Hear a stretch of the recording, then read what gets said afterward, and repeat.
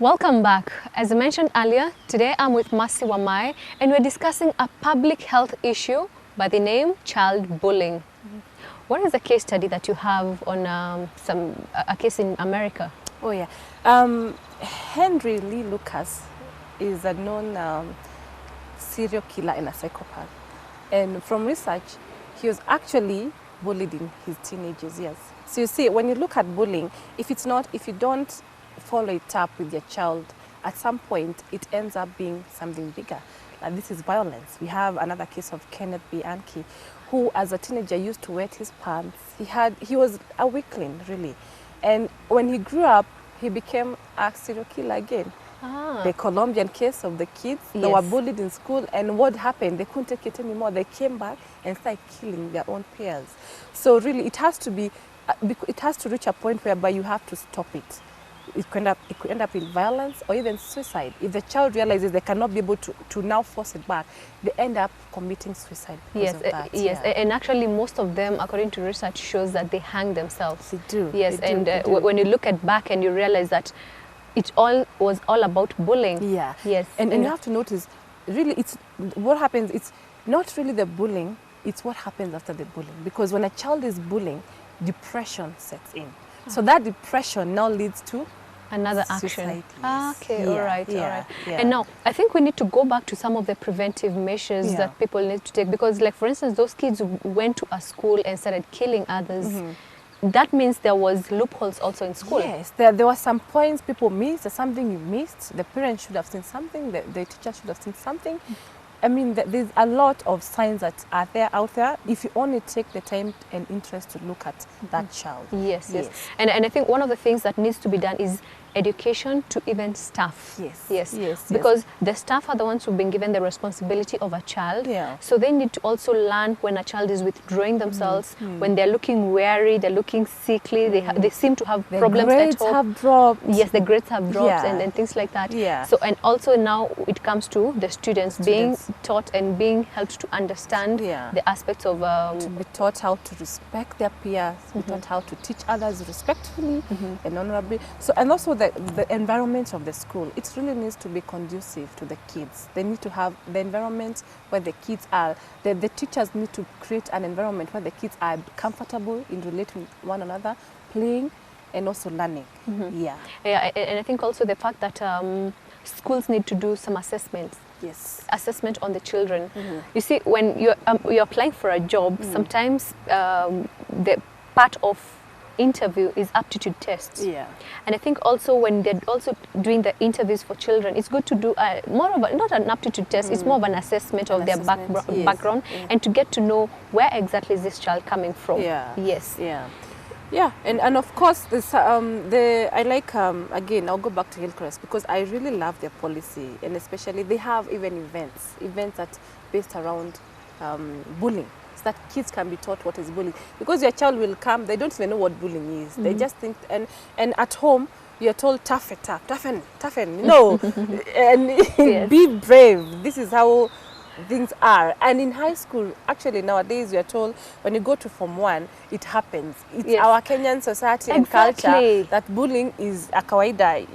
It's called monetization. Yes, it has to happen. So you go there with your mind thinking, this is what happens. This is the it's norm. a normal thing. And I think that's where now the aspect of teaching staff on bullying, because it should not be taken in as a normal thing. It should be normal. It should be a normal thing, and also now the school's responsibility for protecting the children in the school. I have some of the suicide rates that have been seen, and this is a research that was done by Ann Haas, the director of Suicide Prevention Project at the American Foundation for Suicide Prevention, and it says that suicide rates among children between the age of 10 and 14 are very low, but children under 14 are it's very high. So that means at a younger age is when somebody is really experiencing the child bullying. It's sad. And you'll notice that between the young ages, especially the primary, that's a primary, we're talking about the young ages,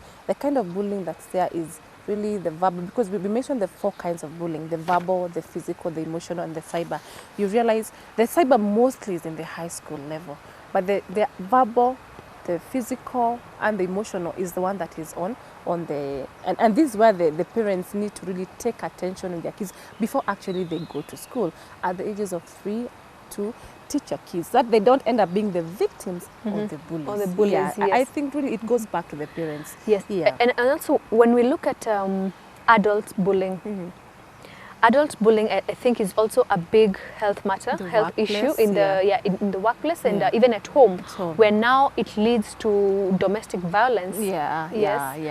And when it comes to such a situation, you're looking at also power imbalance, where a man is beating up a woman. I don't know what's your take on that. The bully, when we mentioned the bully, seeing that violence is the way to solve problems, and you've mentioned that if the child at home is seeing that daddy and mommy fight all the time, they can't sit down and really relate and talk, he takes that or she takes that, and this is how we deal with issues. And of course, you're talking about the power plays, and it's really important, especially for the boy child, to be taught to respect the girls, and it has to come from home. How daddy respects mom. You know, it's not really about I'm the man, I'm the one who do all these things. I have, all those things. And in our culture, I'm sorry to say, in our culture, the men have portrayed, or they're portrayed as the more dominant.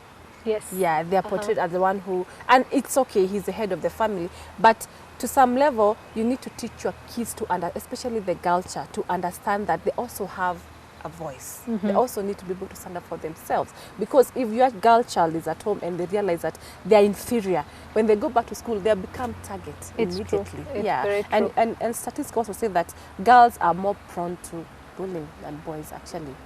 Boys, you can see boys normally target girls also, but girls will never target the boys. It's girls to girls.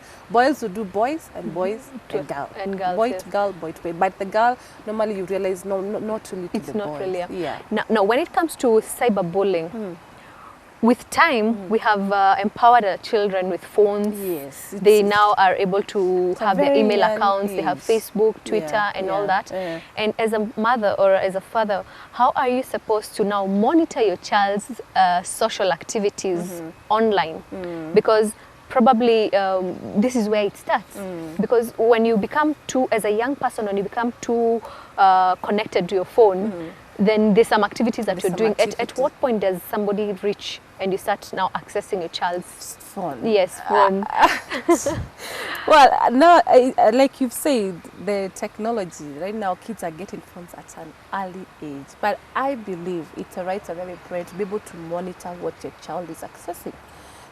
If they're always on the internet, find out what is going on. And you need to know who your child's friends are really, and what they're actually accessing. And it's not just about even bullying, even other sites that should not be accessing on the internet. You need to have control. You should not allow your child to be on the internet all the time. That's true. There need to be some guidelines and boundaries on that. Even in school, I've seen schools do that.